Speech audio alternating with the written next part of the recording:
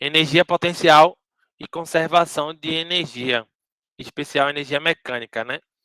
Então, antes da gente entender o conceito, né, de energia potencial e definir o conceito de energia potencial, a gente precisa definir um conceito muito importante, que é o chamado forças conservativas, certo?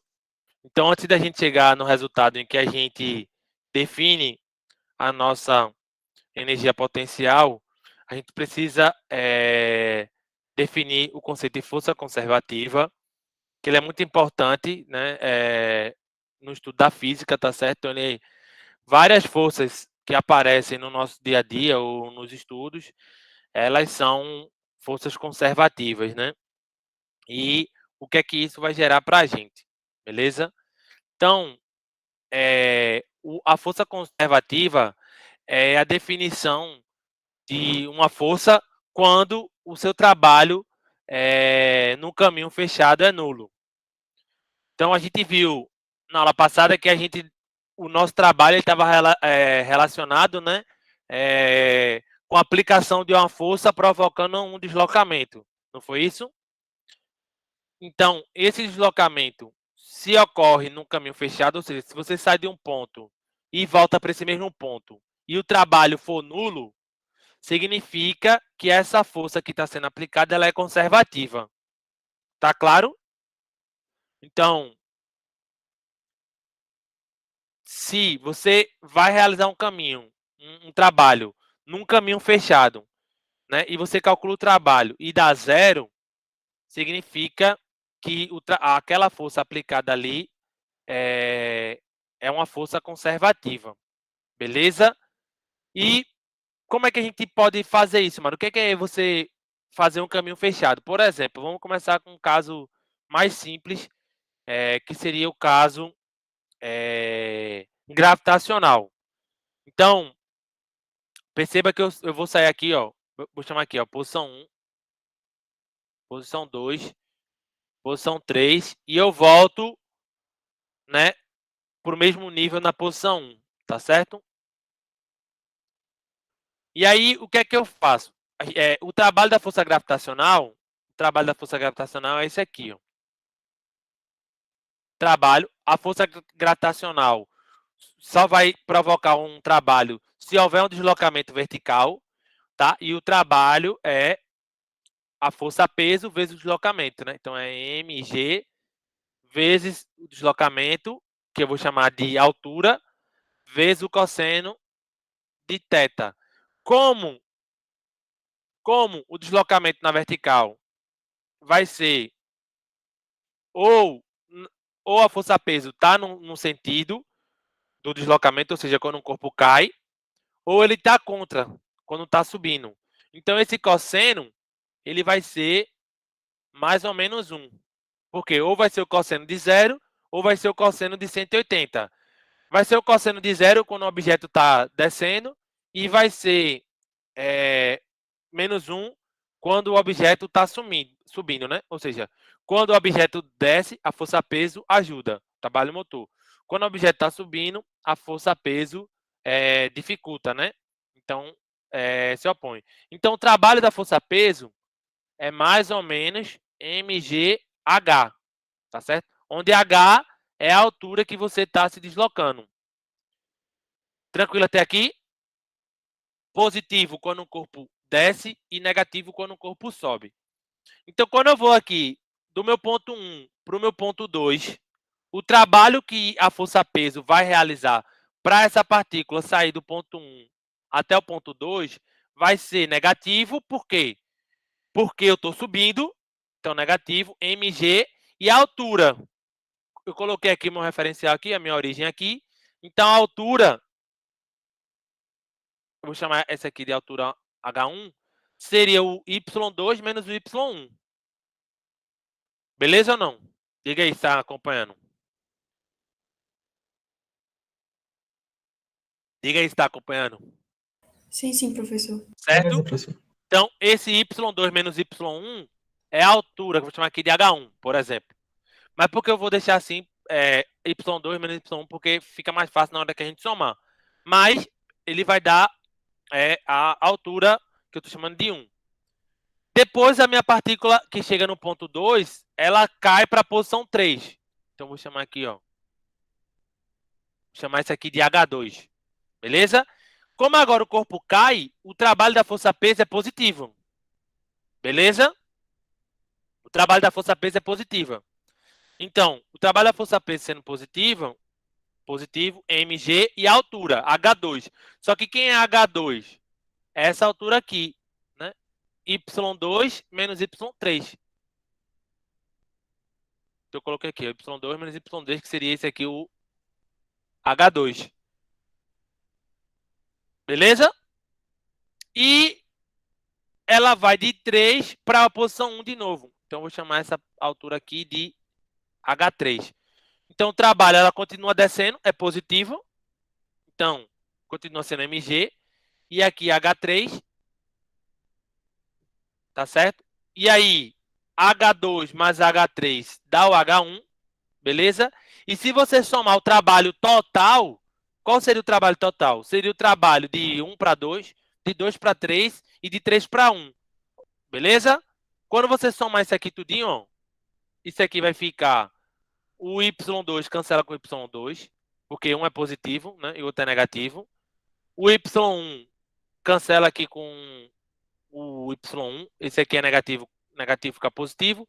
Com negativo aqui cancela. O Y3 está negativo aqui, com positivo aqui cancela. E aí, de modo que se vai cancelar tudo, o trabalho total é quanto? 0, né? Concorda ou não? Eu vou reescrever aqui. Então, o trabalho total seria o trabalho de 1 para 2, mais o trabalho de 2 para 3, mais o trabalho de 3 para 1 de novo.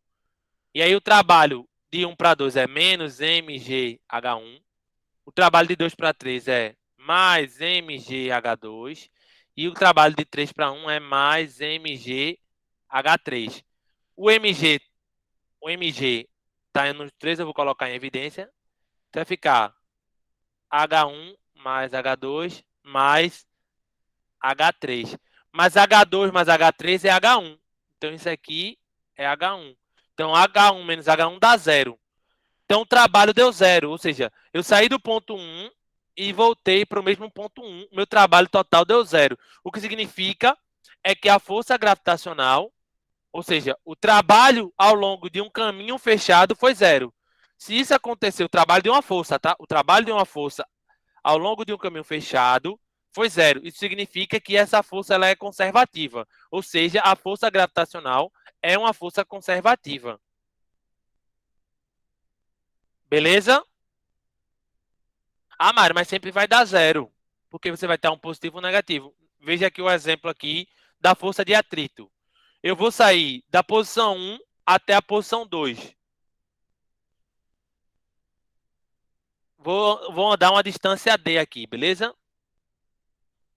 Quando eu vou para a direita, o trabalho da força de atrito é negativo, né? Porque ela se opõe ao movimento.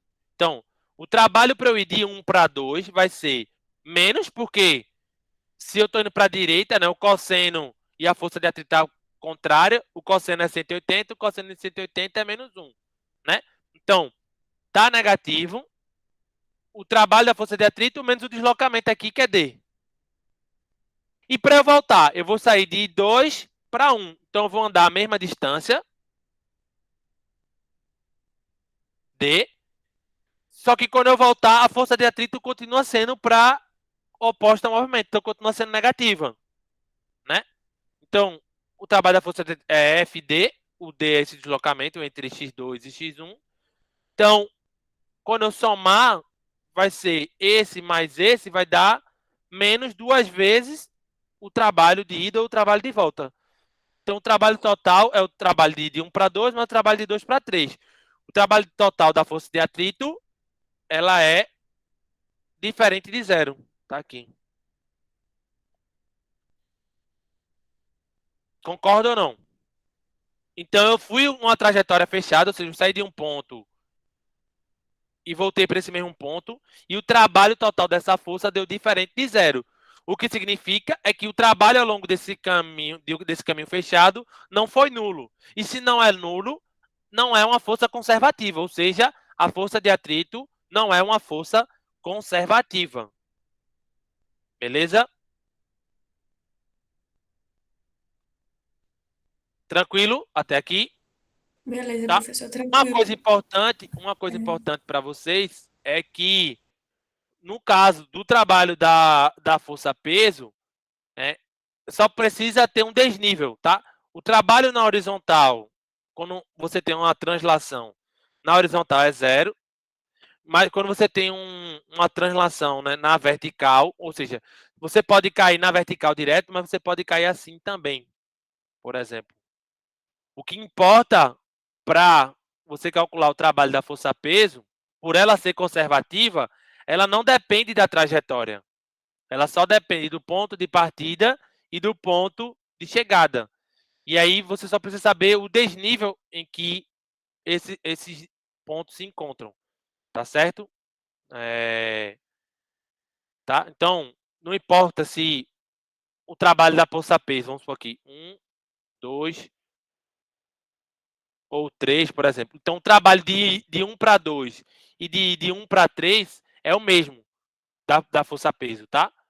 Por quê? Porque a força-peso ela não depende do caminho. Beleza? Ela só depende do desnível do ponto de saída para o ponto de chegada. Beleza? Então vamos dar uma definição mais formal aqui de forças conservativas. Professor, Oi. licença.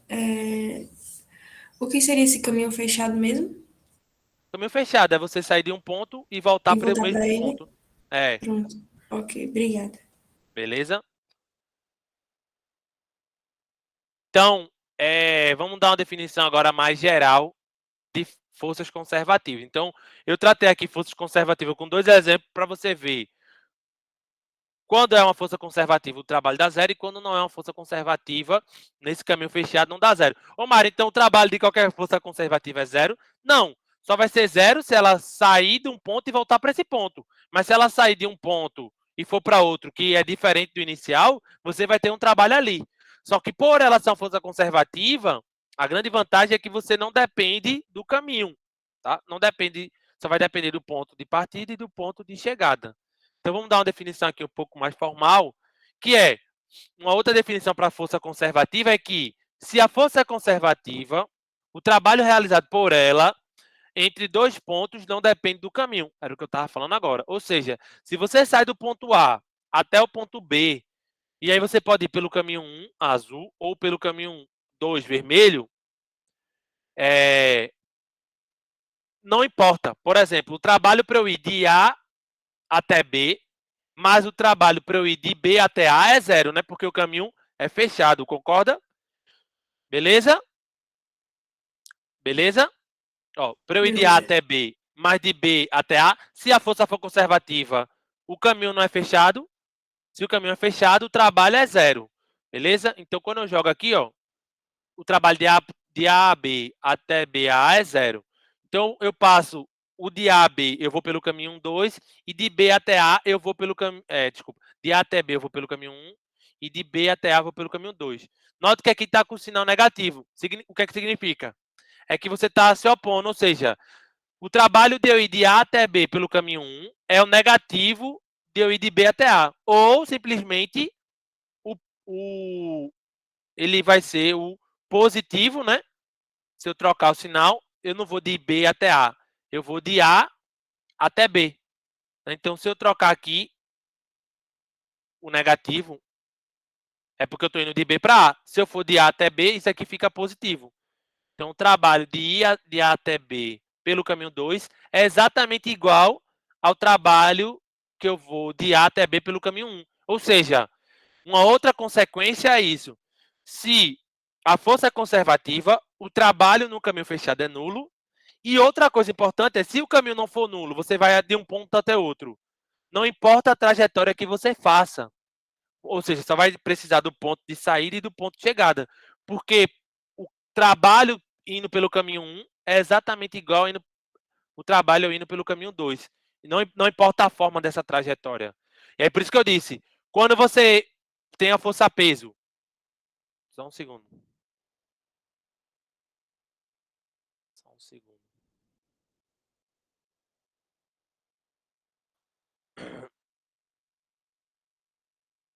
Então, por isso que quando eu disse assim, quando você tem a força-peso, e aí você tem, o corpo está aqui caindo em queda livre, ou ele está caindo numa espiral, ou ele está caindo... Não importa, como você está indo para o mesmo nível aqui, o trabalho realizado por ela em qualquer trajetória é o mesmo. Por quê? A força-peso, a força gravitacional, é uma força conservativa. Aprendeu?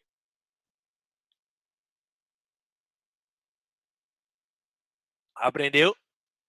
Então, trabalho aqui, 1, 2 e 3. Então, o trabalho por 1 é o mesmo trabalho que 2, que é o mesmo trabalho que 3. Beleza? Então, se a força é conservativa, o trabalho ele não depende da trajetória. Tá bom? E qual a importância disso, Mário? É que se a força for conservativa, a gente pode escrever o trabalho em função da sua posição. Por quê? Porque como eu só dependo do ponto de partida e do ponto de chegada, eu posso escrever uma função que depende da posição, tá? Que vai me dar o meu trabalho. Por quê? Como o meu trabalho só depende do ponto de partida e do ponto de chegada, eu tenho uma função que depende da posição, que vai me dizer o ponto que eu estou, o ponto que eu chego, e vai me dar o trabalho. Então, se a força é conservativa, você consegue escrever o trabalho em função da posição, tá? Para qualquer força. Beleza? Tranquilo ou não? Tranquilo ou não? E aí, como é que a gente escreve isso? Então, vamos calcular o trabalho dessa força. Então, de novo, eu começo aqui pelo caso mais simples, tá? Mas você pode fazer isso para, por exemplo, outras forças conservativas, como a força elástica, como a força elétrica. Você vai chegar no trabalho que depende da posição, beleza? Alguma característica que depende da posição, beleza? Então, no caso aqui da força gravitacional, como a gente está em mecânica, ele é o mais simples, eu vou fazer o seguinte exemplo. Eu vou colocar a partícula para sair de 1 para 2 e eu vou calcular o trabalho dela de 1 até 2, beleza? Então, em 1,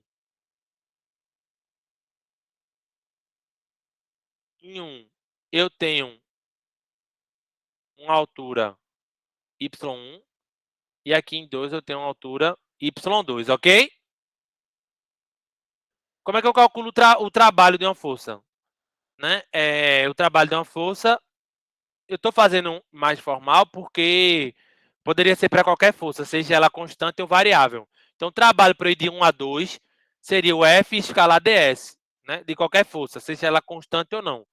No caso da força gravitacional, como ela está para baixo, e eu orientei meu sistema de coordenada para cima, então ela aponta menos mg na direção j, e o meu ds, como eu só estou em uma dimensão, o meu ds ele só vai ser o dyj. Quando você fizer o produto escalar, vai ficar f escalar ds, só vai sobrar o menos mg dy, saindo de y1 até y2, ok? Então, essa integral aqui vai ser nada mais, nada menos do que menos mg y2 menos y1. Ô, Mário, mas você não disse que quando desce o trabalho é positivo? Eu disse. Né? Só que quem é maior aqui? Y2 ou Y1?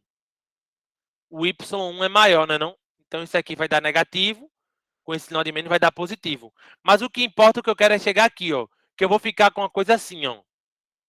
Quando eu abrir aqui, vai ficar menos mgy2 mais mgy1. Concorda ou não? Concorda ou não? Então, o trabalho, ó, tá vendo aqui, ó? O trabalho, ele está escrito em função da posição, tá vendo? Da posição 1 e da posição 2. Beleza ou não? Beleza, professor. Beleza? E aí, o que é que isso significa, Mário? Pronto, que se a força é conservativa, você consegue escrever o trabalho em função da posição. E nesse caso da força gravitacional, isso aqui ó, tá mais parecido ó, como posição inicial e aqui a posição final, né? Veja que é mg, posição final, mg, posição inicial. Então, essa função que depende da posição final e essa função que depende da posição inicial, eu chamo de energia potencial gravitacional. Por quê? Porque esse trabalho foi feito para força gravitacional. Então, essa função que depende da posição, a gente chama de energia potencial. Então, o que é a energia potencial? É uma função da posição que você pode escrever a partir de forças conservativas. Então, forças conservativas, você escreve o trabalho em função da sua posição. E essa função que depende da posição, a gente chama de energia potencial. Quando a força conservativa é a gravitacional, é a energia potencial gravitacional. Quando a força conservativa, por exemplo, for uma força elástica, vai ser a energia potencial elástica. Quando a força conservativa for, por exemplo, a força elétrica, então essa vai ser a energia potencial elétrica. E é assim que a gente chega. No caso da energia potencial, a função que depende da posição é mg posição, né? A altura, né? Que você tem. Beleza? Então, aqui nada mais é do que, ó, o trabalho nada mais é, ó, do que menos a posição final mais a posição inicial. E aí, ó, se eu botar aqui um menos em evidência, fica posição final menos posição inicial. E a posição final menos a posição não, né? A função final menos a função inicial é a variação dessa função. Então, ó, se você quiser calcular o trabalho da força conservativa, você pode tomar o negativo da variação da energia potencial, seja ela qual for. No caso aqui, eu provei para a energia gravitacional. Mas você pode fazer a prova para qualquer outra força conservativa. A energia potencial vai dar diferente, mas o que importa é que você vai ter o negativo da sua variação, beleza? Então, para forças conservativas, o trabalho é o negativo da variação da energia potencial. Tá claro ou não? Entendeu o que é energia potencial? Então, a energia potencial é a energia associada ao trabalho de uma força conservativa. Então, se você tem uma força conservativa, se você tem forças conservativas no sistema, você consegue calcular o trabalho em função da posição, né? Porque é a energia que vai ficar armazenada, né? Em cada posição que ele tem, por isso o nome potencial, né? Então, a energia armazenada em cada posição é chamada de energia potencial e ela é válida para forças conservativas. E o trabalho de forças conservativas é o negativo da variação da energia potencial. Tranquilo ou não? Eu provei aqui para o caso gravitacional, mas essa prova pode ser estendida para qualquer força conservativa. O que vai acontecer é que as energias potenciais vão ter formas diferentes. Por exemplo, para a elástica vai ser kx ao quadrado sobre 2. Beleza? Mas você consegue fazer pela mesma prova. Eu não sei se eu generalizei aqui. Deixa eu passar aqui. Não, não generalizei. Tá tranquilo até aqui ou não? Diga aí. Por enquanto, sim, professor. Pronto. Então, entenderam o que é uma força conservativa? Entendeu o que é uma força conservativa, né? Força conservativa Sim. é aquela em que o seu trabalho não depende da trajetória. Ou, em uma trajetória fechada, o trabalho vai ser nulo. Beleza? E se a força é conservativa, você consegue escrever o trabalho em função da sua posição. Essa função que depende da posição a gente chama de energia potencial, que é a energia armazenada em cada posição. Em geral, essa energia está associada a um campo, né? Então, um campo gravitacional vai ter a sua energia associada à posição, o campo magnético vai ter a sua energia associada, beleza? E aí o trabalho das forças conservativas é o negativo, né, da variação da energia potencial. E aí cada um tem o seu jeito. A gravitacional é mgh, a elástica é kx ao quadrado sobre 2, que é o que a gente usa basicamente aqui na mecânica. Não esqueça, tá? Não esqueça. Na aula passada, a gente trabalhou o teorema da energia cinética. E a gente viu que o trabalho total, né, o trabalho resultante, era a variação da energia cinética, né? Beleza? Já já a gente vai juntar esses dois resultados, ok? Ok? Mas deixa agora... E como é que eu relaciono a minha energia? Eu tenho alguma relação da minha energia com essa força conservativa, já que para forças conservativas você consegue escrever essa energia potencial. Qual é a relação? Como é que eu calculo? Então, você pode calcular da seguinte maneira. Então, deixa eu abrir aqui uma página. E eu vou fazer aqui o caso mais simples, tá certo? Mas isso pode ser generalizado para qualquer função. Então, a gente chegou que o trabalho é menos a variação de U. Não é isso? Para uma força conservativa. Só que o trabalho ele também é calculado como a integral de F ds. Não é isso? Concorda até aqui ou não? Faz sentido para você até aqui? Pronto. Beleza, Aí veja só. Oi? Vamos considerar o caso mais tranquilo. simples, que F ele só depende de X e que o ds ele é o próprio dx na direção E. Ou seja, eu vou considerar o caso 1D, porque fica mais fácil. Então, quando eu fizer isso aqui, vai ficar o que menos o ΔU. Então, eu vou sair aqui do meu X até o meu X final. Beleza? Meu ΔU é a integral de X até o meu X final de fx dx. Né? E aí, essa integração aqui vai dar o ΔU. Né? Então, se o meu ΔX integrando vai dar o meu ΔX, não. Se a minha integral de f dx vai dar o ΔU, significa que o U é a primitiva de f, concorda ou não?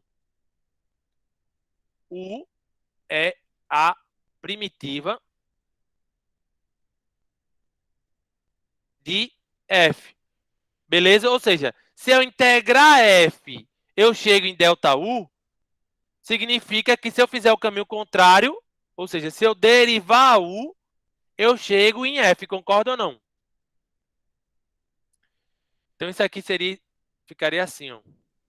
O meu ΔU daria o F de X, ΔX, beleza? Fazendo o limite que esse ΔX, que é essa distância, né, da posição inicial para a final, é tão pequena, o meu F de X ia ser menos o limite de ΔU sobre ΔX, isso para o caso unidimensional. Só que o limite de ΔU sobre ΔX, quando ΔX vai a zero, isso aqui é o limite, é a definição de derivada, né? Então, a força na direção X, ela é menos o du dt. Ou seja, se você conhece a energia potencial de um sistema, desculpa que eu botei dt não, é x, né? Se você sabe como a energia potencial do sistema se comporta em função, ou seja, você conhece a energia potencial, se você tomar a derivada naquela direção, né, que você tá que tem, no caso aqui, o caso mais simples é o caso unidimensional. Se você tomar o negativo da derivada, você encontra a força naquela direção. Beleza? Como assim, Mário? Vamos lá. Vamos supor que a gente saiba, né, o caso de novo. Caso gravitacional. U é igual a mgy. Então, no caso, o U ele está na direção de y. Então, se eu quiser saber como é a força na direção de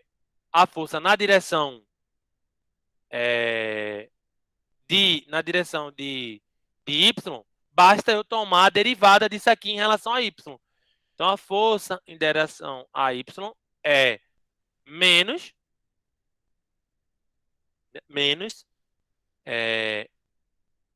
mg, aí o dy é só isso, né? É o mg só, né? A derivada, que é justamente aqui a força-peso, né? O sinal de menos é porque isso aqui é vetorialmente, né? Você precisa colocar a direção, né? Como a gente definiu isso aqui, o sentido estava para cima, isso aqui dá que a força que está atuando no sistema para gerar essa energia, ela está no negativo de J, né? Porque quando a gente fez aqui, ó, para chegar nessa definição aqui, a gente definiu que para cima é que estava o nosso referencial. Por isso que daqui deu para um negativo, e isso significa que é J. Beleza? Então, duas coisas muito importantes. Então, agora a gente sabe como relacionar o trabalho de uma força conservativa com a energia potencial. E agora a gente sabe relacionar a força com a energia potencial. Então, se você conhece a energia potencial, né? Se você conhece a energia potencial do sistema, você tomando a derivada naquela direção, você acha a força. Obviamente, isso aqui é para 1D. Para 3D, isso aqui fica um pouco mais complicado. Para 3D, isso aqui ficaria, ao invés de ser a derivada total, seria a derivada parcial. Mas ficaria parecido. Como são 3 dimensões, eu tenho que destacar cada uma.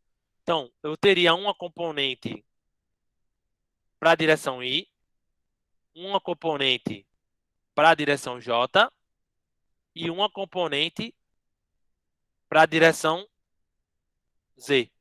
Tá certo? Então, se você tem uma energia potencial que depende de U, Y e Z, aí a sua força você teria que tomar as derivadas parciais de cada uma.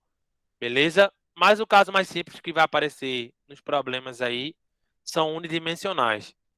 E aí você calcula assim um módulo dessas forças. Tranquilo até aqui ou não? Tranquilo? Por enquanto, Então, sim, a gente está professor. terminando aqui o conteúdo e eu vou fazer Professor, algumas... Oi, professor, Joel Mande. perguntou derivada de quê? A derivada da energia potencial, né? Do U, né? Da energia potencial. Então, se você tomar a derivada da energia potencial em função da posição, o negativo dá a força que está atuando, né, no sistema. Está respondido ou não está respondido? Se não tiver, diga. Ele disse que sim, professor. Beleza? Tomar a derivada em relação à posição. Aqui eu fiz em relação a x, mas poderia ser y ou z. Depende do sistema, se for unidimensional. Se for bi ou tridimensional, você tem que tomar as derivadas parciais e somar cada contribuição, vetorialmente. Beleza? Então, você, conhecendo f, você pode achar u integrando, né? Fazendo um trabalho, que é o negativo. Agora, pode também fazer o contrário. Se você conhecer U, você pode achar F, né? Que é fazendo o caminho inverso. Beleza? Então, vamos agora definir o que seria a conservação de energia mecânica. Então, a gente viu que o trabalho total, né, o trabalho resultante, ele pode ser dado por o trabalho de várias forças, concorda ou não? A gente viu que o trabalho total seria o trabalho de cada força que atua no sistema. Não é isso? Então, seria o somatório do trabalho de cada força. Concorda ou não? Então, tem duas forças atuando. O trabalho total é o trabalho de uma, mais o trabalho de outra, mais o trabalho da outra. E a soma de tudo dá o trabalho resultante. Concorda ou não? Sim, sim. Concorda, né? Beleza? Se só atuarem forças conservativas, o trabalho de todas as forças pode ser escrito como negativo se só forem forças conservativas, né? Então, cada força conservativa, você pode ter a sua energia potencial. Concorda ou não? Concorda ou não? Então, Faz sentido. para cada força, para cada trabalho, se as forças forem conservativas, a gente viu que a gente pode escrever cada trabalho como um negativo de uma função que depende da posição. Se for, por exemplo, eu tenho uma mola e o peso, então você vai ter um trabalho da força gravitacional, um trabalho do peso. E você pode ter a variação da energia potencial gravitacional e a variação da energia potencial gravitacional elástica, né? Então você teria o seguinte: o trabalho de cada força pode ser escrito como negativo da variação da energia potencial se essas forças forem conservativas, né? Beleza? E aí, ó, o trabalho total a gente viu que é a variação da energia cinética. E o trabalho de cada uma, se forem forças conservativas, é o negativo da energia da variação da energia potencial. Então, quando eu juntar isso, vai ficar o quê? Deixa eu colocar aqui no cantinho. Então, a variação, o trabalho, é o trabalho de todas as forças. E aí, o trabalho total, a gente viu que aí pode ser força conservativa ou não conservativa. O trabalho total é a variação da energia cinética. E o trabalho de cada força, se forem forças conservativas, eu posso escrever como o negativo, né, de cada energia potencial. Então, vai ser o somatório de cada energia potencial, né? O negativo aqui. Beleza? E aí, se eu juntar aqui, ó, isso aqui vai ficar variação da energia cinética final, menos energia cinética inicial. Beleza? Então, isso aqui fica energia cinética final, menos energia cinética inicial. E aqui vai ficar o oposto, né? Como é a variação, vai ficar um bocado de energia potencial inicial, menos um bocado de energia potencial final. E aí, se eu juntar o início com o fim, o que é que fica? Ó, vai ficar aqui, ó. Vou passar para cá, positivo, então vai ficar energia cinética final mais o somatório de todas as energias potenciais que atuam no sistema. Igual a, esse aqui está negativo, vai para cá positivo, vai ficar energia cinética inicial mais o somatório, desculpa, aqui é inicial não, né? Aqui é final, né? Mais o somatório de todas as energias potenciais iniciais. E aí veja que você ficou com a soma de energias potenciais com energia cinética. E aí, as energias potenciais mais as energias cinéticas a gente define como sendo a nossa energia mecânica. O que é energia mecânica? É a energia cinética mais as energias potenciais, que eu chamei de U, tá?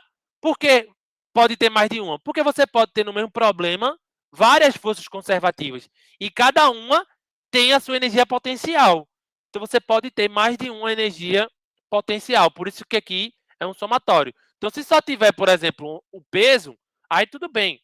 A energia potencial só vai ser do peso. Mas se você tiver o peso e uma mola, você vai ter energia potencial gravitacional e energia potencial elástica. Note que, no caso da energia cinética mais as energias potenciais ser energia mecânica, o que é que sobrou aqui? Sobrou que desse lado aqui é energia mecânica final e do outro lado só tem inicial, é a energia mecânica final. Ou seja, se no problema só atuar força conservativa, veja agora que lindo, se só atuarem forças conservativas no problema, a energia mecânica ela é inicial é igual a final. O que significa, Mário? Que a energia mecânica se conserva. Ou seja, a energia mecânica em qualquer ponto vai ser sempre a mesma. E o que é energia mecânica? É a soma da energia cinética mais as energias potenciais. Lembram disso ou não? Lembra disso ou não? Então, se... Professor, essa última parte o senhor pode repetir, que deu uma travadinha aqui no meu? Qual parte? Até aqui você entendeu? Até aqui você entendeu? Que quando a gente resolve aqui, a gente fica com a energia cinética mais energia potenciais. Energia cinética mais energias potenciais. No fim e no início. E aí a gente define energia cinética mais as energias potenciais como sendo a energia mecânica. O que é energia mecânica? É energia cinética mais as energias potenciais. Beleza? Só que aqui é a energia mecânica no fim e aqui é a energia mecânica no início. Ou seja, a energia mecânica no fim é igual à energia mecânica no início. O que significa que a energia mecânica é a mesma em qualquer ponto. Se é no início e no fim é a mesma, significa que ela é constante. Se ela é constante, é porque ela foi conservada. O que é que foi conservada? A energia mecânica. Não foi a energia cinética, não foi a energia potencial. A energia mecânica, que é a soma da cinética mais as potenciais. E como é que a gente chega nesse resultado? Se no problema só atuarem forças conservativas. Ou seja, se existem várias forças atuando no sistema e todas elas são conservativas, beleza? A energia mecânica se conserva, ou seja, a energia mecânica num ponto é igual à energia mecânica em outro ponto. Conseguiu ou não? E aí esse é o princípio da conservação de energia mecânica, ou seja, a variação da energia mecânica é zero, ou seja, ela é constante. A variação da energia mecânica ela é zero. Isso é o princípio da conservação da energia mecânica. E isso vale desde a mecânica clássica até a mecânica quântica. Esse princípio ele é válido. E quando é que a energia mecânica ela se conserva? Quando é que ela é constante? Se no problema, todas as forças que atuam no problema forem conservativas. Mário, como é que eu vou saber? Então, se ele não falar, por exemplo, o que não são forças conservativas para a gente? São as forças dissipativas. Entendeu? As forças conservativas, por isso o nome. Com forças conservativas, porque elas conservam a energia do sistema mecânica, né? Se existirem forças dissipativas, a energia mecânica não se conserva. E o que são forças dissipativas? São aquelas que tiram a energia do sistema para outra que não seja cinética nem potencial. Por exemplo, resistência do ar e atrito. Então, se no problema for livre de forças dissipativas, atrito, por exemplo, e resistência do ar, a energia mecânica se conserva e sem igual ponto. Ô, Mário, e se tiver, como é que a gente vai achar a energia mecânica? Então, se tiver força conservativa, né, se tiver forças conservativas e não conservativas, pula aqui para cá. Então, o trabalho total ele é sempre a variação da energia cinética. Não importa se só tem forças conservativas, se não tem nenhuma força conservativa. O trabalho total é sempre a variação da energia cinética. Só que agora o trabalho total vai ser o trabalho das forças conservativas mais o trabalho das forças não conservativas, por exemplo. O trabalho da força de atrito, o trabalho da força de resistência do ar. E aí, você fica aqui no trabalho da força conservativa, você pode escrever como o negativo da variação da energia potencial. Quando você juntar o negativo e passa para o outro lado positivo, vai ficar o delta EC mais o delta U, dá nada mais do que a variação da energia cinética. Né? Desculpa, mecânica. Vai dar a variação da energia mecânica, ou seja, a variação da energia mecânica vai ser igual ao trabalho das forças conservativas, ou seja, a energia mecânica não vai se conservar. Por quê? Porque você vai ter um trabalho. Esse trabalho pode ser positivo ou negativo. Em geral, esse trabalho das forças conservativas são negativos. Né? Então, em geral, a energia mecânica ela diminui. Ou seja, o valor final é o valor inicial menos o trabalho da força dissipativa, que é o trabalho da força-peso. E é assim que você tem que calcular em sistemas que têm atrito. A energia mecânica no fim, a energia mecânica no início né, mais ou menos o trabalho da força não conservativa. Você vai ter que saber se a força não conservativa está dando mais energia, por exemplo, alguém está empurrando aquele bloco, por exemplo, está dando um impulso lá naquele bloco, ou não, ele está retirando, né, o atrito. Né? Então, se estiver dando um impulso, a energia mecânica vai aumentar, porque a energia cinética vai aumentar. Se estiver tirando, né, a energia cinética, a mecânica vai diminuir. Beleza? Então, isso seria os sistemas não conservativos também. E no caso em que a energia mecânica é constante, se você tivesse o gráfico de como a energia potencial se comporta na posição, você, dependendo de como você coloca a energia, pense aqui na montanha-russa, né? Pense aqui na montanha-russa, tá? Você pode calcular a velocidade do sistema sem saber a dependência temporal, que isso facilita muito os trabalhos. Eu não sei se vocês lembram no ensino médio, que, por exemplo, quando a gente fazia lá para cinemática, a gente tinha que calcular o tempo, a distância, a aceleração, para poder achar a velocidade. E depois que a gente estuda mecânica, né, as energias, a gente consegue achar a velocidade por conservação de energia, né, sem se preocupar com o tempo, com nada, né? E isso ajuda muito.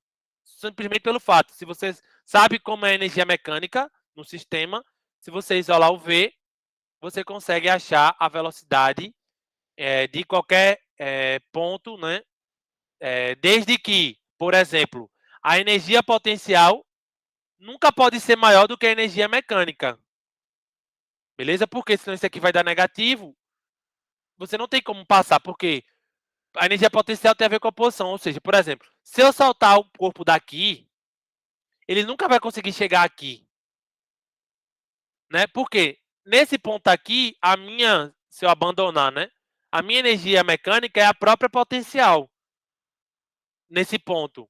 Ele só vai conseguir chegar no máximo até o ponto oposto. Se não tiver nenhuma força dissipativa. Por quê? Para ele chegar nessa região aqui, como a energia, como o potencial aqui nesse caso, ficou maior do que a minha energia mecânica, essa região ela fica chamada de uma região fisicamente proibida. Tá certo? Então você não consegue chegar simplesmente abandonando um corpo num half, por exemplo, numa ladeira, né, no half de skate. Quando o cara vai descer o skate, se ele só salta o skate, você vê que o skate ele não passa do half. Por quê? Passar do half é uma região proibida. Por quê? Porque para ele passar do half, ele vai ter que ter uma energia potencial que é maior do que a energia mecânica do sistema. E não dá para isso acontecer. Já que a energia mecânica é a energia cinética mais a potencial, né? Então, aquela região fica proibida. Então, se você coloca uma região muito acima, ou seja, você consegue acessar todas as regiões. Se eu coloco uma região mais abaixo aqui, então eu só consigo sair daqui e chegar até aqui. Tá certo? E aí esse ponto aqui é chamado de ponto de retorno. É onde a sua velocidade é zero e você retorna. Se o sistema for conservativo, a partícula fica oscilando entre o ponto de partida e o ponto de chegada.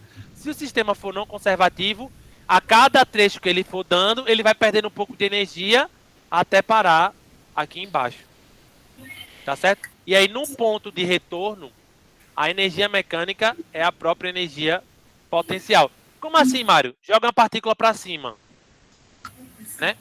Qual vai ser quando é que ele vai voltar? Quando é o ponto de retorno? Quando ele parar, né? Não? Diga. Isso seria igual o ioiô quando você joga sem fazer o movimento da mão para ele subir. Ele vai subir até um certo ponto, e depois ele cada vez mais. O problema do ioiô é porque ainda tem uma atração puxando ele, né? Ele tem uma atração puxando ele, né? Mas ele só vai subir se você, por exemplo, der menos energia para ele, ele só vai subir até onde der energia. Pode ser que seja você dê uma energia que seja menos do que a corda estica. Então ele só vai até lá, porque você deu pouca energia. Se você quiser que ele suba mais, você tem que dar mais energia mecânica para ele, né? Para que ele consiga atingir mais regiões fisicamente, entendeu? Mas, por exemplo, ele vai ter uma limitação. Ele não vai conseguir subir mais do que a corda, né? Do tamanho da corda, por exemplo. Então, Sim. o tamanho da corda seria um limitador para ele, né? E ele voltaria, né? Tem um pouco a ver, mas é porque tem a tração ali, ela pode dar uma complicada. Mas tem a ver com essa coisa que ele só vai até onde você consegue dar energia, tá certo? Então, nesses gráficos em que você não consegue acessar, são chamados de regiões proibidas, tá certo? Por que são regiões proibidas? Porque para você atingir essa posição, você tem que dar uma energia maior do que você está dando naquele momento. Então, para você chegar lá, você precisa fornecer mais energia para o sistema. Beleza? Então, por exemplo, se você dá uma energia de E0, que é essa reta vermelha aqui, você consegue acessar todos os pontos desse gráfico. Mas se você só dá uma energia aqui mecânica E1, nesse ponto aqui, você só consegue acessar essa região aqui. E se você jogar do lado de cá, você só consegue chegar nessa região. Entendeu? Beleza?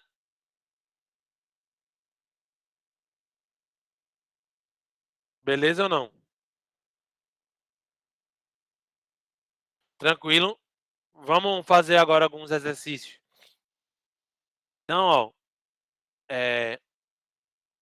para juntar essas coisas que a gente viu agora. Então, o problema diz o seguinte. O problema diz o seguinte.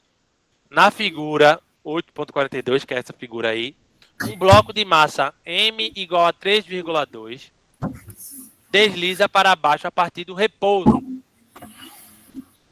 Beleza? Então, a partir do repouso, a velocidade é 0, né? Percorre uma distância D em um plano inclinado de ângulo 30 e se choca com a mola, ou seja, ele vai andar aqui uma distância D e vai se chocar com a mola. Tá bom?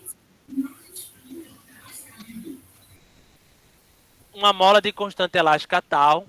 Quando o bloco para momentaneamente, a mola fica comprimida 21 centímetros.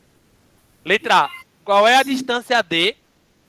E letra B, qual é a distância entre o ponto do primeiro contato do bloco com a mola e o ponto onde a velocidade ela é máxima?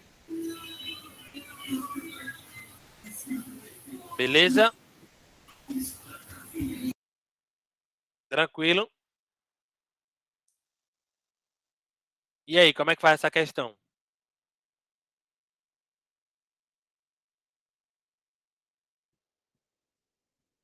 E aí, como é que faz essa questão?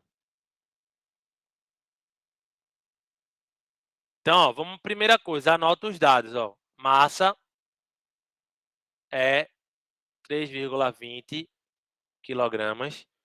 A inclinação é θ igual a 30 graus.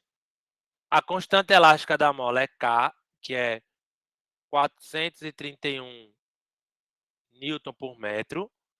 Ele diz que a mola vai parar momentaneamente comprimida, então a deformação da mola em algum lugar vai ser 21 centímetros. Beleza? E ele quer na letra A distância D que o bloco vai andar até atingir. Vê se você concorda, vê se você concorda. O bloco vai deslizar, né? Não? Ele vai sair do repouso, né? Ele diz ó, que parte do repouso. Isso é muito importante, ou seja, a velocidade inicial é 0, beleza? Ele vai partir do repouso e vai chocar aqui. Antes de chocar, ele vai andar uma distância. Que distância é que ele andou?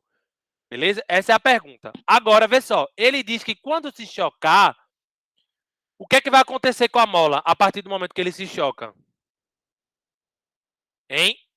Quando ele se chocar, o que é que vai começar a acontecer com a mola? Me ajude? O que é que vai acontecer? O bloco deslizou. Chegou na mola. O que é que vai começar a acontecer aqui com a mola? Ela vai ser comprimida? Vai começar a comprimir, né? Não? Então eu vou colocar aqui, ó. Que ela vai se comprimir. Quanto? Até parar. Ela vai se comprimir quanto? Até parar. Ele disse aqui, não. vai ficar comprimida. E aí o bloco chega aqui, né? O bloco vai chegar aqui e vai parar de novo. Não é isso? Tranquilo ou não? Dá para enxergar a situação ou não?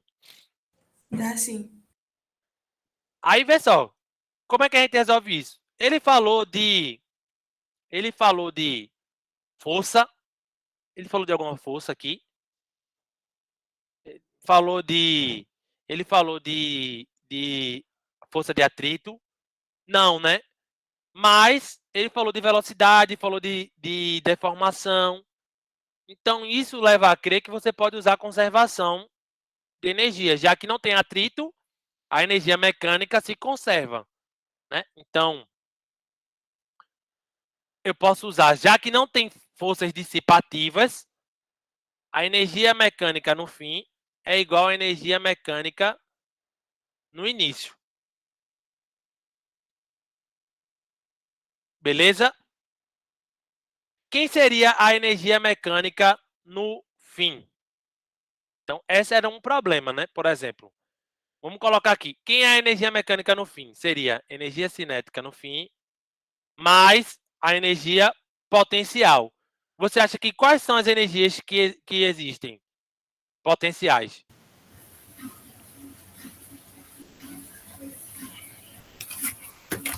Quais seriam as energias potenciais que existem?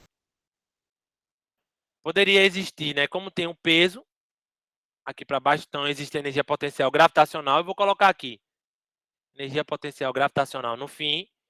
E como tem mola no fim, tem mola, né? Como no fim tem mola, eu vou colocar aqui também a energia potencial da mola. Beleza? E no início? No início, ele não está na mola, ele vai ter a energia cinética no início, mais a energia potencial gravitacional. Eu não estou colocando mola porque aqui não tem mola comprimida, então no início não tem. Então você poderia fazer assim e calcular. Só que para calcular a energia potencial, você precisa saber a altura. E aí você precisa definir onde vai ser o seu nível de referência. Vai ser aqui a base, por exemplo? O seu nível de referência vai ser aqui a base? Não tem problema. Então, se seu nível for a base, então, por exemplo, na posição inicial, essa aqui é a altura, e na posição final, essa aqui é a altura. Mas o problema é que você não sabe mais informações para saber como você calcular essas alturas, né? Então, a gente tem que simplificar. Então, uma maneira de simplificar é você escolher o nível final, que é onde ele vai parar aqui, ó. O bloquinho não vai parar aqui. Não é isso? Eu vou escolher esse ponto como meu nível de referência. Por quê? Nesse ponto, no final, a minha altura é zero, ou seja, eu já diminuo um valor para a energia potencial no final, e aí basta eu calcular essa altura aqui.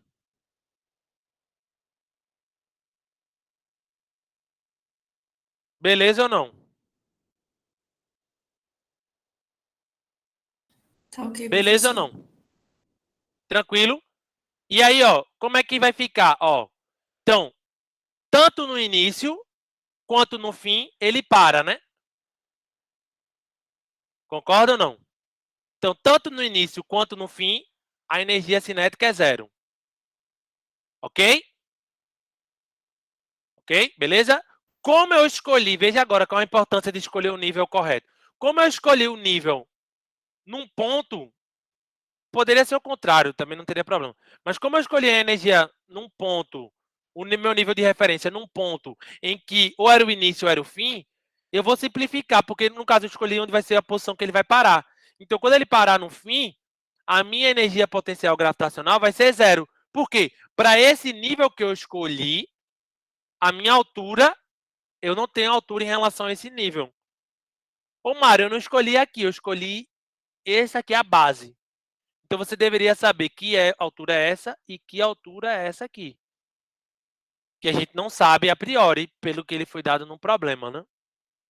E aí só sobrou o quê?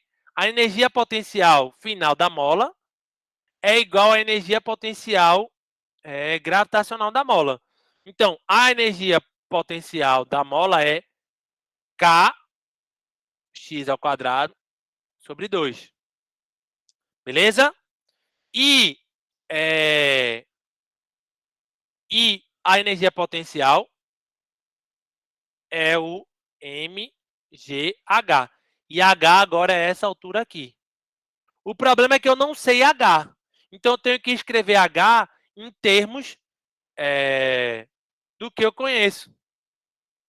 E h em termos do que eu conheço, isso aqui, ó, vira como aqui é θ, aqui também é θ, e isso aqui, ó, ai meu Deus, e isso aqui vira um triângulo, onde a hipotenusa é x mais d. E aí, ó, cateto oposto sobre hipotenusa é o seno. Vê se você concorda.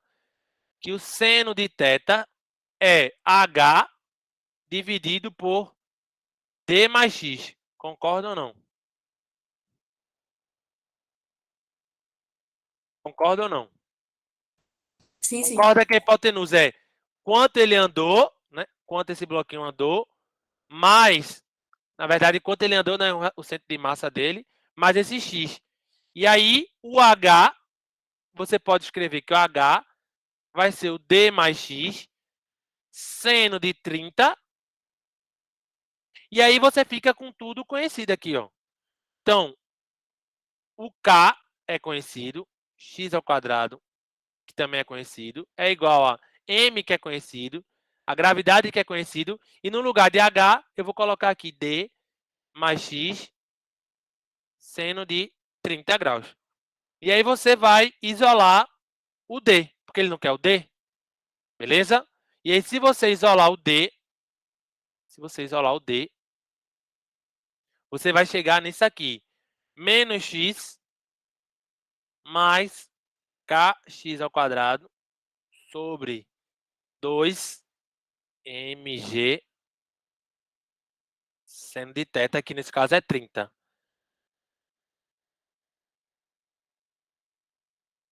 Ok?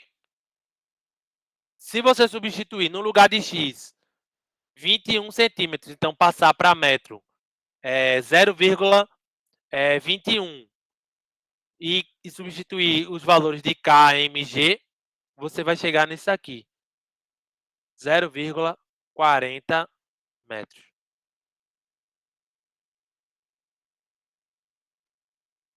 Ok? Beleza? Então, achamos essa distância que o bloco anda antes de bater no ponto D.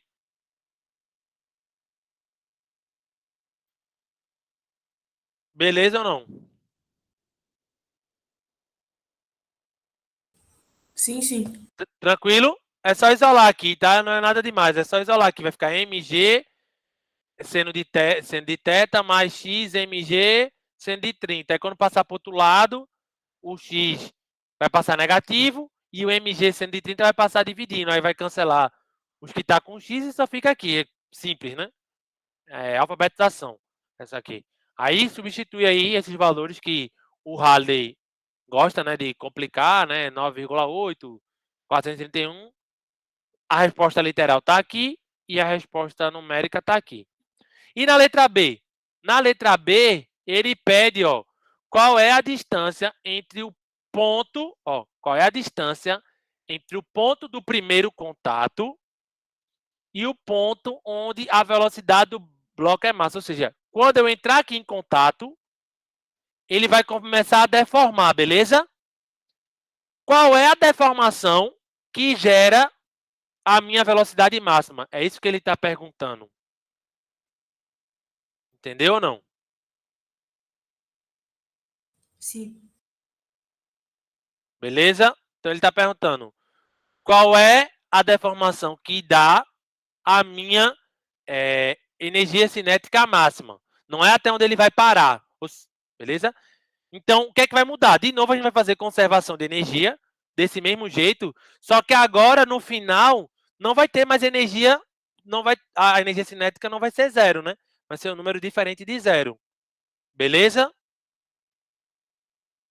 Beleza? Então, vamos fazer aqui, ó. Então, de novo, eu quero saber, como é que ele diz aqui, ó? Qual é a distância entre o ponto do primeiro contato com a mola e o ponto onde ela é velocidade. Então, ele quer saber qual é a deformação. Aí eu vou chamar aqui, ó. O que ele quer saber? Ele quer saber o X que gera a energia cinética máxima. Beleza? Ele quer saber qual é o X que gera a energia cinética máxima a partir do momento que ele entra em contato. E aí a gente vai fazer daquele mesmo jeito. Se é um valor de máximo ou mínimo, eu acho a função da energia cinética, derivo igual a zero. Entendeu? Então, a conservação de energia ela é válida. Então, a energia mecânica no fim é igual à energia mecânica no início. E a gente já fez aqueles casos, né? Já fez aqui. No caso, no início, só tem energia potencial. mg, o H, que é o D mais o X, eu vou chamar aqui, seno de 30. E, no fim, eu tenho a energia cinética final mais a energia potencial da mola, né? Que é o Kx ao quadrado sobre 2. Então, a minha energia cinética, depois que eu tenho contato com a mola, ela fica desse jeito, né? mg D mais X seno de 30 menos Kx ao quadrado sobre 2. Então, isso aqui é a minha função da energia cinética. Para qualquer deformação,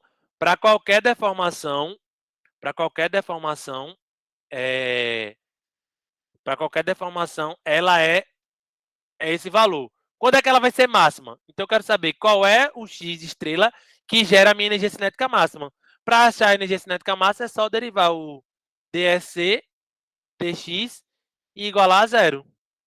Então, quem é a minha derivada aqui em relação a x? Então, vai dar esse primeiro termo aqui é zero. A derivada aqui em relação a x vai dar mg seno de 30. Concorda ou não? Menos kx. Concorda ou não? Concorda ou não? Diga aí. Concorda ou Sim, não? sim, professor. Concorda, né? Igualando a zero, então o x vale quanto? Então o x, que vai dar a energia cinética máxima, é o mg seno de 30 sobre k. Substituindo esses valores, você vai achar 3,6 centímetros.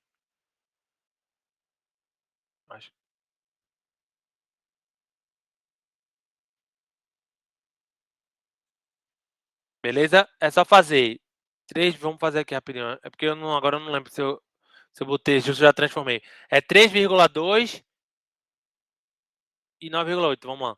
3,2 vezes 9,8 vezes o seno de 30 dividido pelo K, que é 431, não é isso? Dividido pelo K, que é 431. E vai dar isso. Vai dar 0,036 metros. Tá? E aí em centímetro dá 3,6. Ou seja, 3,6 é a deformação que a mola vai ter quando ele vai atingir a energia cinética máxima. Agora, vê que brabo. Vê que brabo. Uma outra maneira de fazer isso, vê.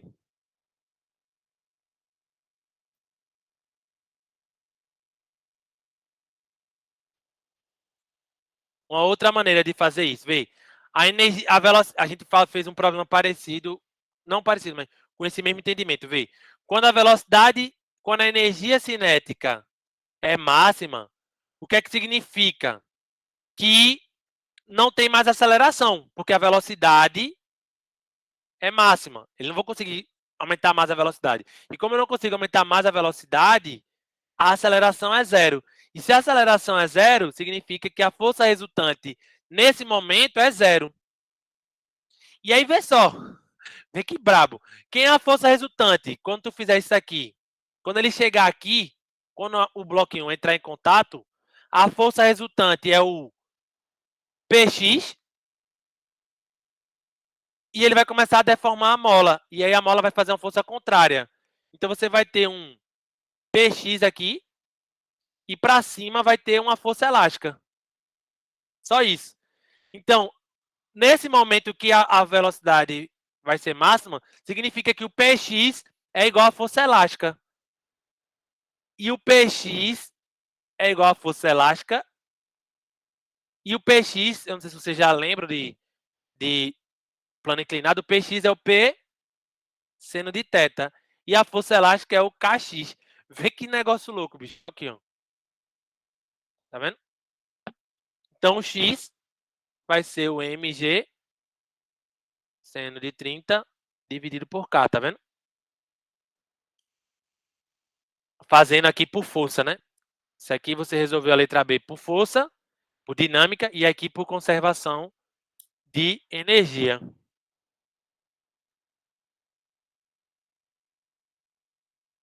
Tranquilo? Tá ok.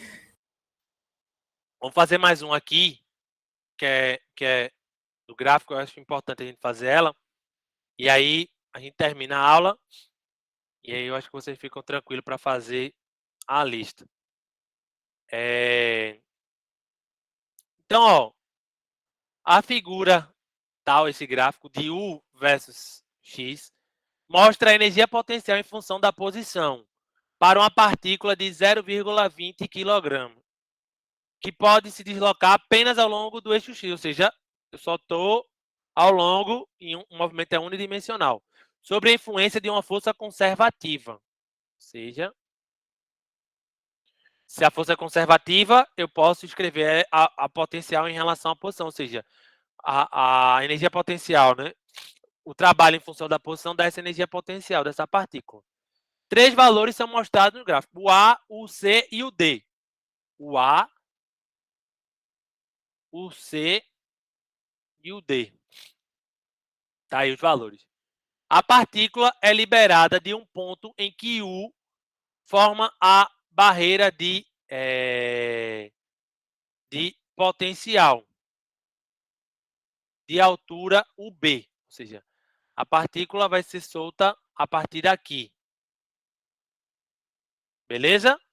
Ela vai ser solta a partir daqui, do ponto então, aqui, que é o início. De altura UB. Com energia cinética de 4 joules. Qual a velocidade da partícula na letra A quando passar por 3,5? Tá aqui. E letra B quando chegar em 6,5.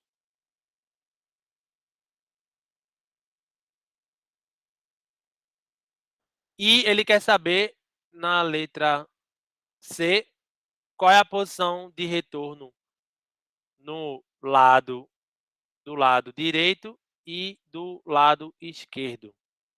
Ele quer saber qual é a posição de retorno aqui, né, aqui, e do lado esquerdo e direito, né? Muita coisa, né? Muita informação, não é isso? Muita informação. Como é que a gente faz? Vamos anotar os dados, beleza? Então, vamos lá. Ele deu o A, 9 joules. Ele deu o C, 20 joules. Ele deu o D, 24 joules. E ele deu o B, 12 joules. Ele disse que a partícula vai sair de UB, isso aqui é o início. E quando ele sai nesse início, ele disse que tem uma energia cinética também, ó, de 4 joules, ou seja, então eu vou chamar de ECB 4 joules. Beleza? Letra A. Qual a velocidade quando a posição for 3,5?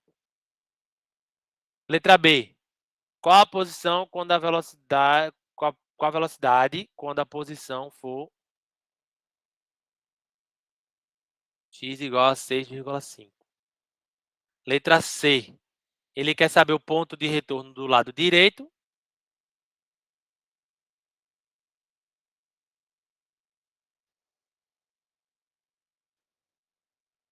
Ponto de retorno, né? C e D, né? C e D. Quando chegar lá, a gente faz. Então, pessoal, ele quer saber qual é a velocidade quando eu passo por aqui, ó. 3,5, vê que negócio. 3,5 dá esse ponto aqui, concorda? Isso aqui é a letra A. 3,5 é quando dá nesse ponto aqui. Como só tem força conservativa, significa que a energia mecânica se conserva. Vai ver como é fácil.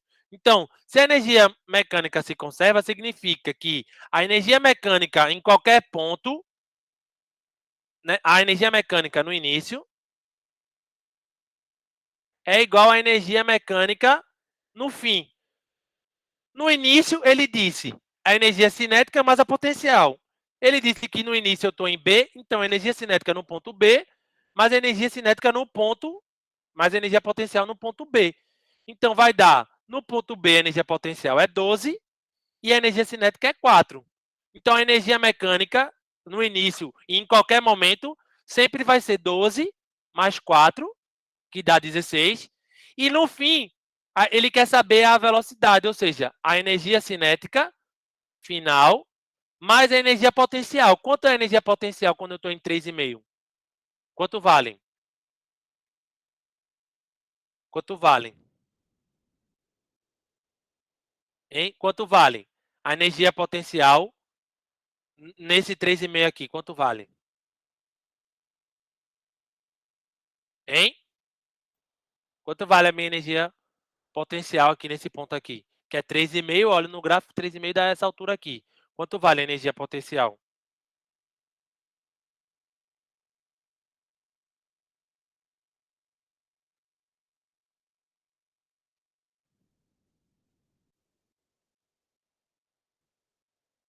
Hein, gente? Quanto valem?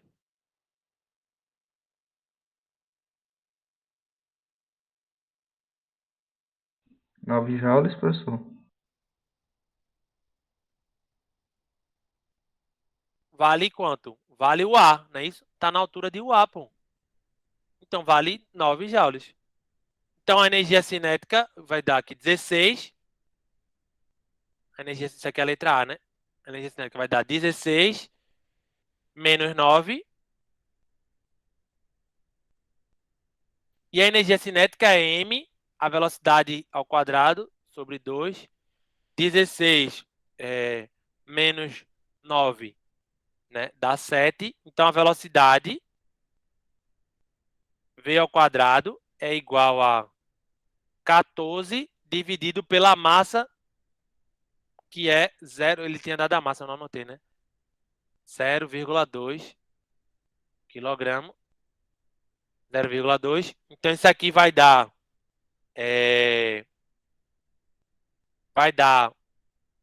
140 dividido por 2 dá 70, né? Raiz de 70 vai dar mais ou menos... Isso aqui dá mais ou menos 8,37 metros por segundo. Então essa é a velocidade quando a partícula passa por esse ponto. Por que mais ou menos? Porque quando eu abandonar aqui, ele vai começar a descer. Aí vai passar positivo. Vai subir até um ponto aqui. Beleza? Que é o que ele quer saber, até que ponto é esse. E vai voltar. Aí quando ele voltar, aí como está sentido oposto, fica negativo. Né? Beleza? Então, a partícula passa com 8,37 quando está descendo e menos 8,37 quando está subindo, né? Não interfere porque como a energia cinética vai ser sempre ao quadrado, não vai interferir esse sinal de menos. Beleza ou não? Aí a letra B é a mesma coisa, né? A letra B é a mesma coisa. Letra B, só que ao invés de usar o ponto A, a gente vai ver onde é que está 6,5. 6,5 está onde? Então, 6,5 está aqui, ó. Nesse ponto, quanto vale a energia potencial? 0. 0, entendeu? Então, vai ser a energia mecânica, que a gente já sabe que é quanto? 16. É igual a energia cinética, que é o que eu quero saber nesse ponto.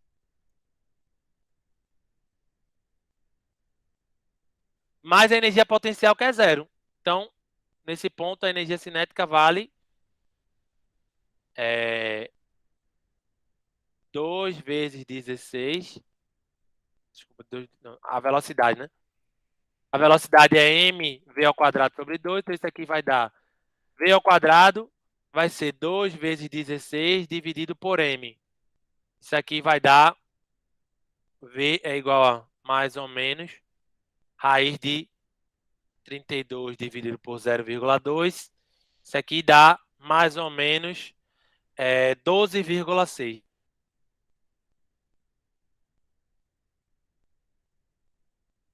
metros por segundo. Beleza ou não? Tranquilo? Por quê? Porque no ponto 6,5 a energia potencial é 0. Então, a energia mecânica é sempre 16 e no ponto que ele quer a energia cinética é o que eu quero saber, mas a potencial que é 0 nesse ponto. Tranquilo? Beleza? Sim, sim. Pronto. Então, para fazer aqui como já está batendo a hora, eu vou fazer aqui o ponto de retorno do lado direito e você tenta fazer o ponto de retorno do lado esquerdo. Do mesmo jeito eu vou dizer como, tá certo? Então ele quer saber o seguinte, vamos supor que ele está indo, beleza? Ele está indo, aí na letra C, ele quer qual é o ponto de retorno no lado direito, ou seja, ele vai vir a partícula, essas regiões aqui, ó, essas regiões aqui acima, são proibidas, porque você não tem energia suficiente para chegar nelas. Então ele vai chegar até um ponto, e eu quero saber que valor de x é esse valor aqui. Eu sei que eu tenho que achar um valor entre 7 e 8. Que valor é esse? É o meu ponto de retorno. Só que no ponto de retorno, a minha energia cinética ela é mínima, ou seja, ela é 0. Então, no ponto de retorno, a velocidade é 0 e você só tem energia potencial, ou seja, no ponto de retorno, no ponto de retorno,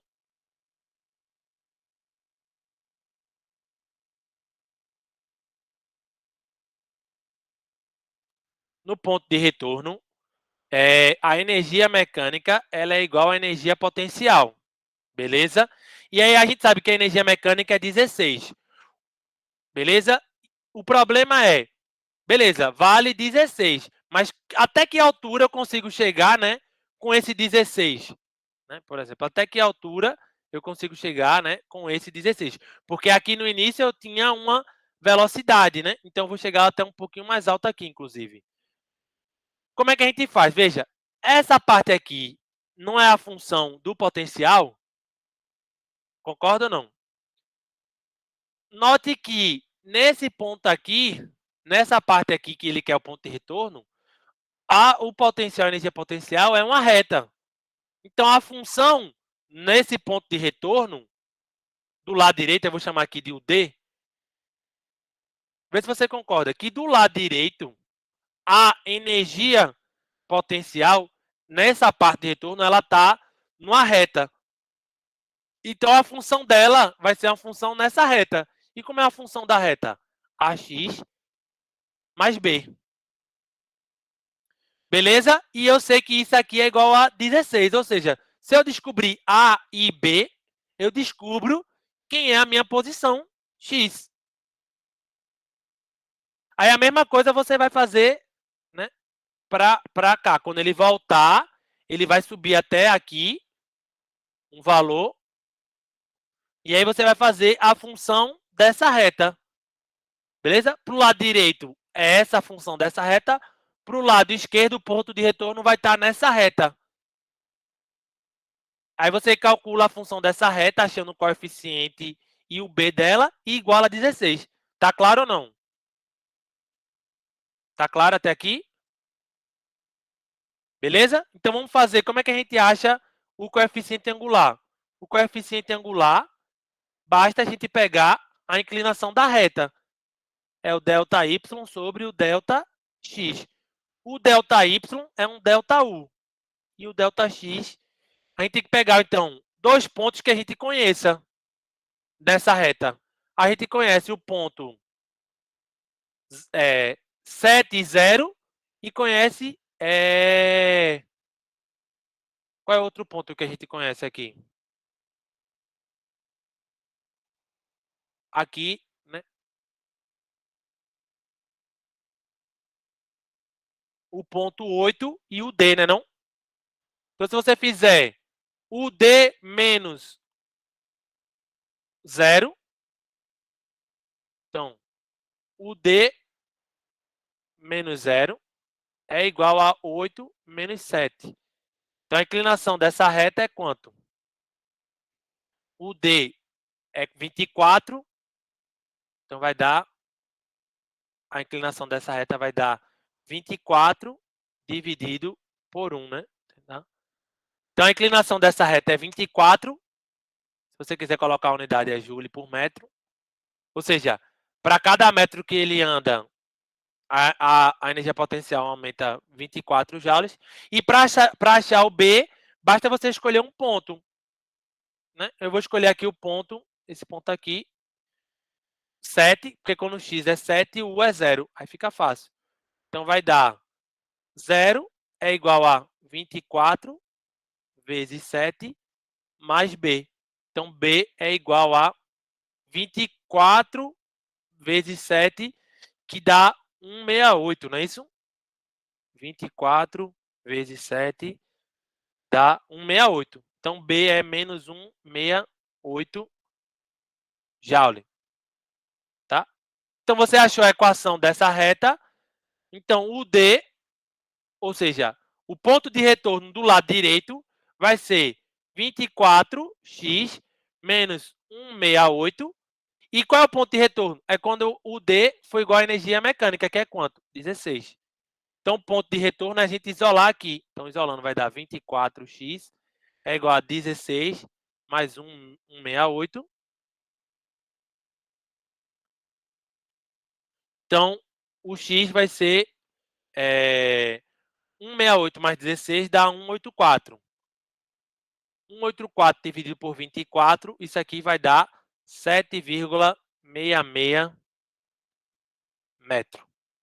Então, o ponto de retorno no lado direito é 7,66, ou seja, a partícula vai subir aqui, na verdade vai subir até um pouquinho mais, né, que é 7,66, é mais para cá, né?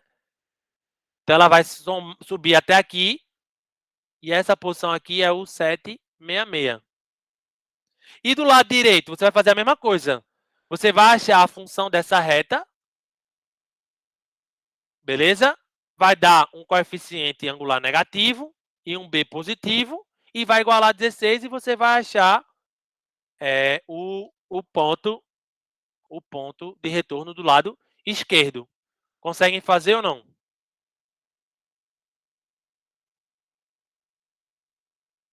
Conseguem fazer ou não?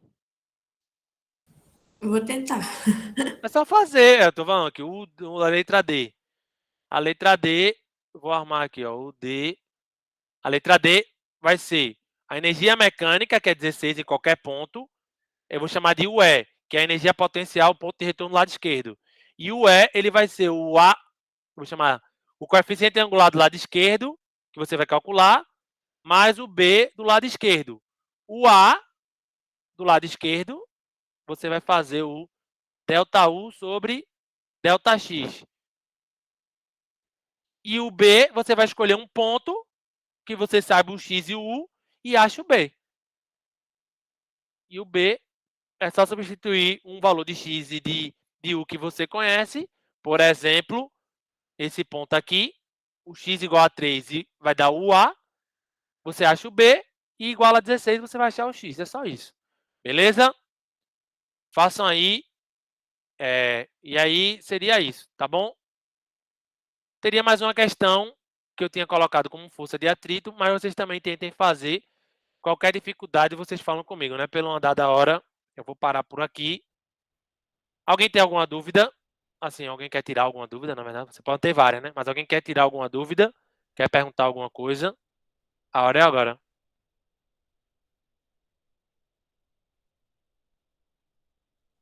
Não fiz praticamente, José. Tá praticamente feito. É só fazer o delta U e o B ali. Acabou. Alguma dúvida, gente? Alguma dúvida? Mais tarde eu posto a aula, tá certo? A lista já tá liberada e eu posto também essa nota de aula, beleza? A lista vai ficar para o dia 8, né? Então, dia 8.